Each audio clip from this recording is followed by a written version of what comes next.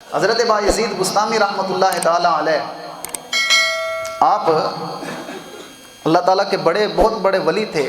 جہاں آپ کا آستانہ تھا لوگ آتے تھے، آپ کے ہاتھ پاؤں چومتے تھے۔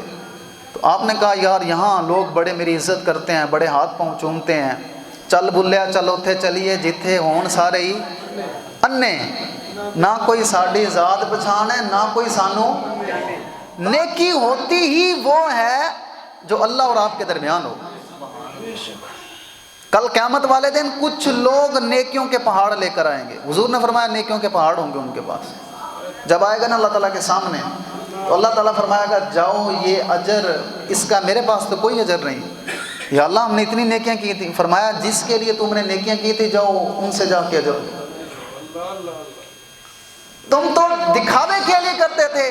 حضرت بایزید بستامی کہنے لگے لوگ روز ہاتھ چومتے ہیں، مجھے بڑا اللہ کا ولی کہتے ہیں، کبھی ایسی جگہ پہ رخ کر جاؤں جہاں کوئی بھی جاننے والا نہ ہو، میں ہوں اور اللہ تعالیٰ کی ذات ہو۔ حضرت بایزید بستامی رحمۃ اللہ تعالیٰ دور ایک بستی میں چلے گئے، رمضان المبارک کا مہینہ، ایک مسجد میں چلے گئے، مسجد میں جا کے اعتکاف بیٹھ گئے۔ کہنے لگے کہ میں نے پورا مہینہ اعتکاف بیٹھنا ہے۔ فجر کی نماز دن کو پہنچے تو ظہر کی نماز میں 2-4 نمازی ملے۔ انہوں نے کہا بابا جی آپ کہاں سے ہیں؟ فرمایا بس یار آ گیا ہوں اور اعتکاف بیٹھنا چاہتا ہوں۔ تو 2-4 نمازیوں نے پوچھا حضرت کھانا کدھر سے کھائیں گے؟ مسجد میں رہیں گے تو پھر کھانا کدھر سے کھائیں گے؟ آپ نے فرمایا اللہ تعالیٰ دے گا، جس نے پیدا کیا ہے رزق بھی وہ دے گا۔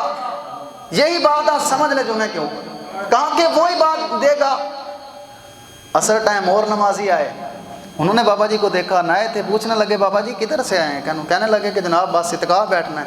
تو انہوں نے بھی یہی پوچھا، سوال کیا، کہنے لگے کہ بتاؤ بابا جی پھر کھانا کتوں کھاؤ گے؟ آپ نے فرمایا یار رب دے گا، اللہ تعالیٰ کی ذات ہے دینے والی۔ مغرب ٹائم پھر 1-2 نمازیوں نے پوچھ لیا۔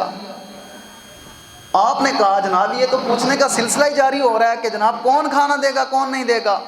حضرت بایزید بستامی رحمۃ اللہ تعالیٰ علیہ فرماتے ہیں کہ میں نے پتہ کیا تو مسجد کے ساتھ جو گھر تھا نا وہ یہودی کا گھر تھا۔ آپ نے پیغام بھجوایا کہ اگر آپ کی کوئی نوکرانی ہے تو مجھ سے پیسے لے لو اور صبح 2 روٹیاں بھیج دیا کرو اور شام کو 2 روٹیاں بھیج دیا کرو۔ انہوں نے کہا جی ٹھیک ہے۔